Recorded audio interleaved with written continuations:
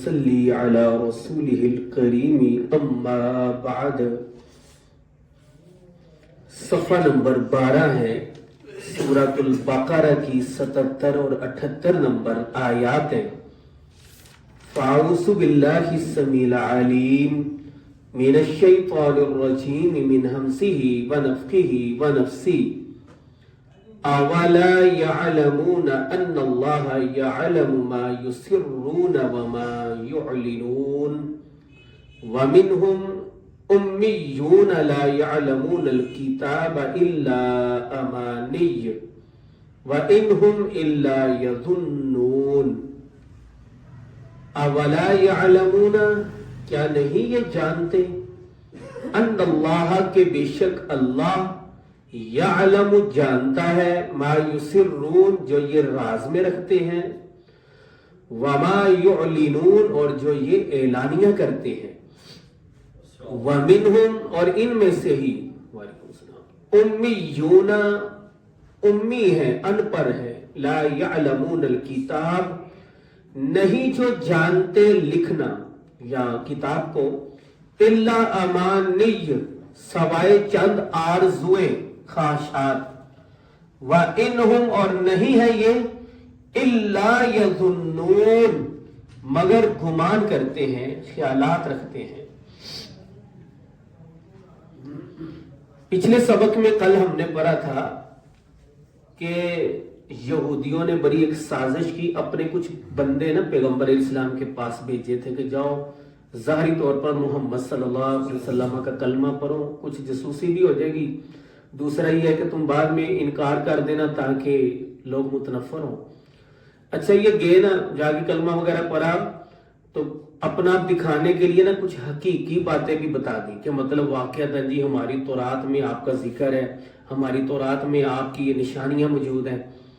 تو آ کر انہوں نے اپنے سرداروں کو بتایا، انہوں نے انہیں ڈانٹا ہوئے تو اسی کر دیا گلا کیوں دس دیو ہیں، یہ تو مومنوں کو پتہ چل جائے گا، وہ تو سمجھ جائیں گے کہ واقعتاً تورات میں پیغمبر علیہ السلام کی پیشگوئیاں موجود تھیں اور پھر یہ ایمان نہیں لائے تو مطلب یہودی تو ڈبل مجرم ہوئے. کہا یہ تو قیامت کے دن پھر اللہ کے ہاں ہمارے خلاف جھگڑا کریں گے کہ اللہ انہوں نے تو خود بتایا تھا کہ ان کو سارا پتا تھا پھر بھی یہ ایمان نہیں لائے.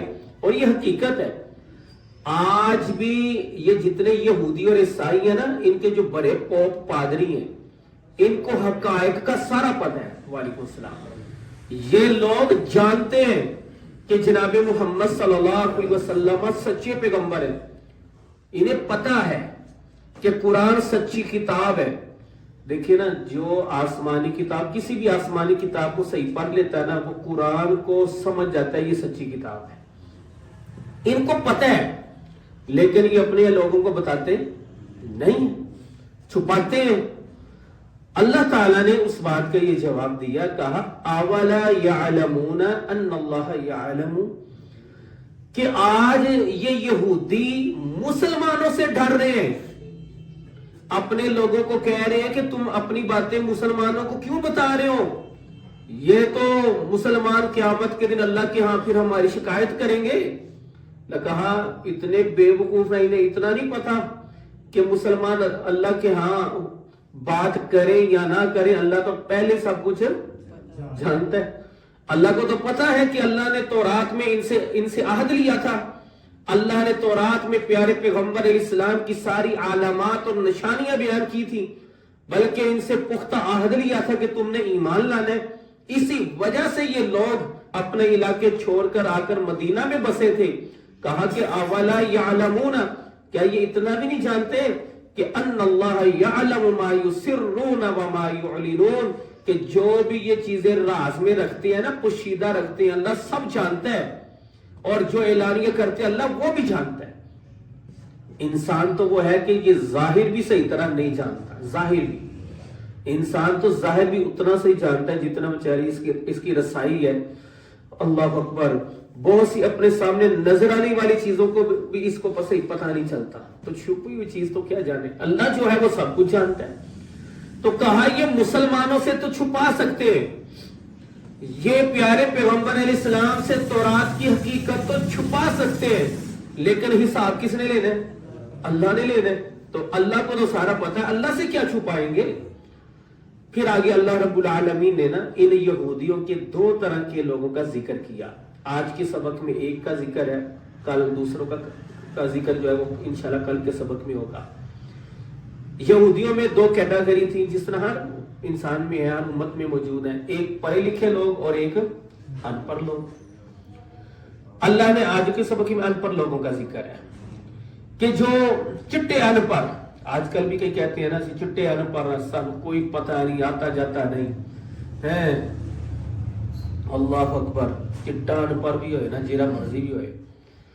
وَلَقَدْ يَسَّرْنَا الْقُرْآنَ لِلذِّكْرِ فَهَلْ مِن مُدَّكِرٍ. اللہ نے قرآن میں فرمایا ہم نے قرآن کو سمجھنے کے لیے بالکل آسان کر دیا، کوئی سمجھنے والا ہے؟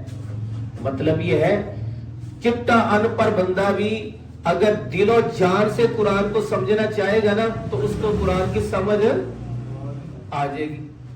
اس کی سب سے بڑی مثال دیکھیں، اس روئے زمین میں، اس کائنات میں پیارے پیغمبر علیہ السلام کا انسانوں میں کوئی استاد موجود ہے؟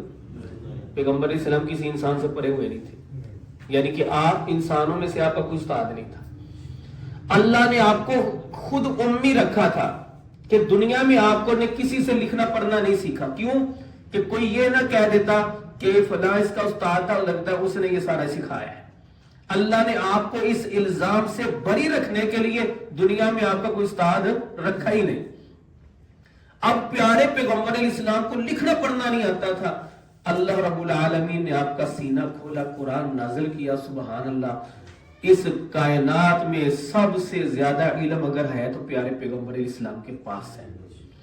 آپ تو امی تھے قرآن نازل ہونے سے پہلے، کہ مطلب اس سے آپ کا کوئی دنیا میں کوئی استاد نہیں تھا. لیکن جب آپ پر قرآن اترا، وحی اتری، پھر آپ جیسا کوئی عالم روئے زمین میں موجود نہیں ہے. پھر اگر انسانوں کی بات کریں تو انسانوں میں سے سب سے زیادہ اگر علم کسی کے پاس ہے تھا وہ پیارے پیغمبر علیہ السلام. تو یعنی اب وہ جو مکہ کا معاشرہ تھا یا مدینہ کا معاشرہ تھا وہ تو امی لوگ تھے، سارے زیادہ تر ان پڑھ لوگ تھے. انہوں نے قرآن سمجھا، صحابہ کرام رضوان اللہ علیہم اجمعین بن گئے. تو مطلب یہ کوئی یہ کہ جی میں چٹا ان پڑھ رہا میں اور قرآن کی میں سمجھا، قرآن کے ساتھ لگاؤ کرے اللہ اس کا سینہ کھول دیں گے. اللہ اکبر. حقیقت ہے جس کو کچھ بھی نہیں آتا وہ دل و جان سے یہ تہیہ کر لے کہ میں نے قرآن کو سمجھنا ہے، اللہ اس کا سینہ کھول دیں گے. اللہ نے کیا فرمایا؟ الم نشرح لک صدرک. پیغمبر صلی اللہ علیہ وسلم کیا ہم نے آپ کے لیے آپ کا سینہ نہیں کھول دیا؟ سبحان اللہ. موسیٰ علیہ السلام نے کیا فرمایا تھا؟ رب اشرح لی صدری ویسر لی امری وحلل عقدۃ من لسانی یفقہوا قولی. یہ موسیٰ علیہ السلام والی جو دعا ہے نا نماز کے بعد 2-3 مرتبہ کہہ دیا کریں ہر نماز کے بعد. رب اشرح لی صدری ویسر لی امری وحلل عقدۃ من لسانی یفقہوا قولی. اتنی شاندار یہ دعا ہے. اللہ کے فضل سے آپ کی زبان بہترین چلے گی ہر دین کے معاملات میں. یہاں تک کہ آپ نے کسی پنچایت میں حق کا اگر ساتھ دینا ہے، حق کا ساتھ، آپ یہ دعا پڑھ کے جائیں، اللہ آپ کی وہاں اتنی مدد کرے گا سوچ نہیں سکتے آپ. وہاں آپ کی بات کا وزن ہوگا جب آپ کہیں گے رب اشرح لی صدری ویسر لی امری وحلل عقدۃ من لسانی یفقہوا قولی.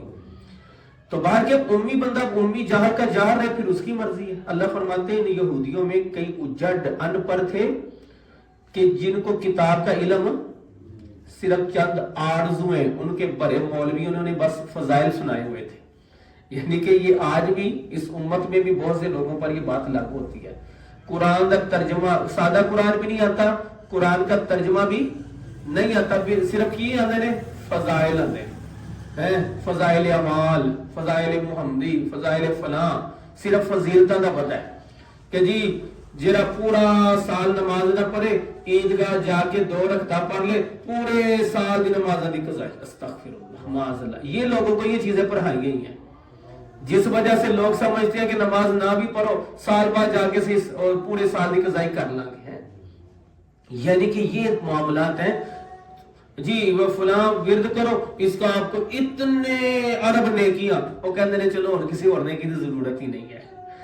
یہ جو بے جا فضائل سنائے گئے ہیں نا، انہوں نے لوگوں کو ویسے ہی اعمال سے روک دیا۔ لوگ کہتے ہیں ٹھیک ہے کم پہاڑی پہاڑ اور کوئی کرنے کی ضرورت ہے۔ حالانکہ پیارے پیغمبر اسلام اپنی لخت جگر کو کہہ رہے تھے اے فاطمہ عمل کرنا، میں تیرے کسی کام بھی نہیں ہوں، لا اغنی عنکی شیئا۔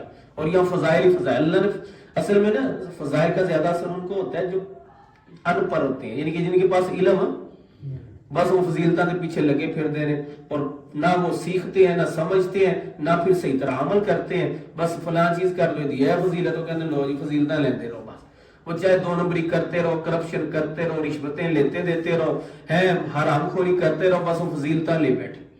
اور یہ وجہ آپ نے کئی دفعہ سنتے ہیں نا، فلاں اداکارہ جن کو لوگ کسی دور میں کنجر بھی کہا کرتے تھے، وہ جی حج کر کے آیا ہے، وہ عمرہ کر کے آئی ہے، کیوں؟ انہوں نے پاس فضیلتہ نہ پتہ ہے۔ یہ وہ لوگ ہیں جو فجر کے بعد قرآن پڑھتے ہیں، ٹھہر کے ڈانس شروع کر دیتے ہیں، رکعت شروع کر دیتے ہیں، یعنی ان لوگوں کو کوئی اتا پتہ نہیں۔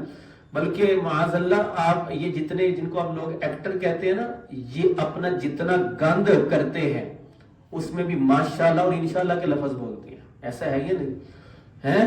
انشاءاللہ ماشاءاللہ میں یعنی ان کے آرٹیکل جی ماشاءاللہ میرا کام بڑا چل رہا ہے، اللہ ولا قوت، بےہودہ کام کرتے ہیں، ساتھ اللہ کا ذکر کر دیتے ہیں، کوٹھی بنانے نے کہہ دیتے ہیں ہاذا من فضل ربی، وہ جو بے پردگی اور یعنی فحاشی پھیلا کے پیسہ جمع کیا، ہاذا من فضل ربی، وہ فضل ربی بن گئے، اللہ ولا قوت۔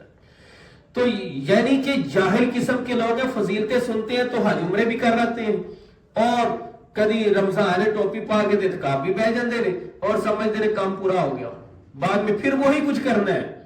رمضان میں اللہ کیا، عید کو جنازے نکال دیے، دین کی دھجیاں اڑا دی، تو کیوں؟ وجہ کیا ہے کہ ان کو کتاب کا عطا پتہ نہیں، صرف چند آرزویں خواہشات پرست لوگ ہیں کہ یہ کریں گے تو یہ ہو جائے گا، امیدیں لگائی ہوئی ہیں۔ وَإِنْهُمْ إِلَّا يَظُنُّونَ، کہ ان کو کوئی یقینی بات کا نہیں، صرف خیالی پلاؤ پکاتے رہتے ہیں، خیالات، اٹکل، انداز گمان۔ جو بندہ جاہل ہے تو اس نے جہالت ہی پھیلانی ہے، وہ پھر منبر پر بھی بیٹھ جائے گا تو جہالت ہی پھیلائے گا، وہ چاہے پیغمبر علیہ السلام کا نام استعمال کرے، چاہے میلاد کا نام استعمال کرے، چاہے عشق رسول کا نعرہ لگائے، تو وہاں ساری اس نے جہالت ہی پھیلانی ہے، جب اس کے پاس نہ قرآن کا علم ہے نہ ہی حدیث کا ہے۔